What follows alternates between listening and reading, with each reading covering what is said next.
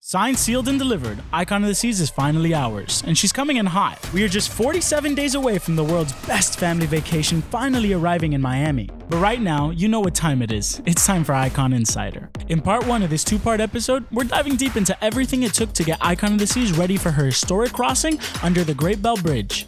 Let's get into it. It all started last week when Royal Caribbean President and CEO Michael Bailey joined the Icon of the Seas startup crew to celebrate her historic delivery.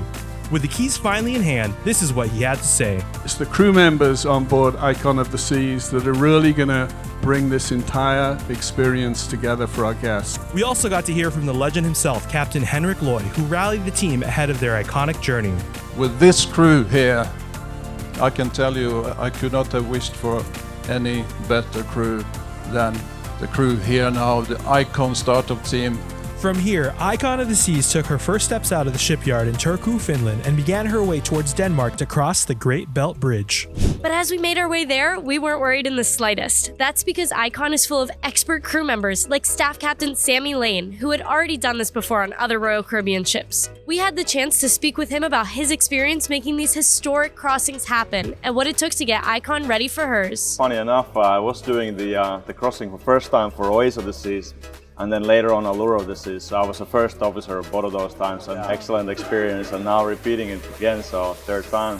So many different aspects of getting prepared for the bridge, and starts of course already a long time ago with the design, making sure that the ship's air draft is sufficient to go under the bridge, and then building, for example, a funnel that we can track down for the passage. And then, of course, for the crew, then later on, monitor and supervise that everything is built correctly. Check that they function once it's actually operational built up there. So we lowered our stacks already way before we left Turku, and they're in that position ready to go. So super excited. Then another milestone is one after another now. And now it's Icon's turn to take her step and cross the Great Bell Bridge. But before we can do that, we have to get her ready. They really take everything into account and do some incredibly important math to figure it all out. The experienced Icon startup crew really made it look so easy, and many of them grabbed their front row seats in the Aquadome located towards the front of the ship to see it all go down. But that's a story for part 2 of this special bridge crossing episode coming in just a few days.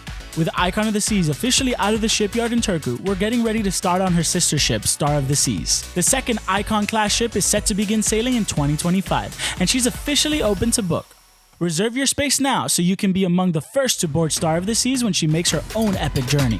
There are only 47 days left between you and the world's greatest vacation that's now on the way, Icon of the Seas.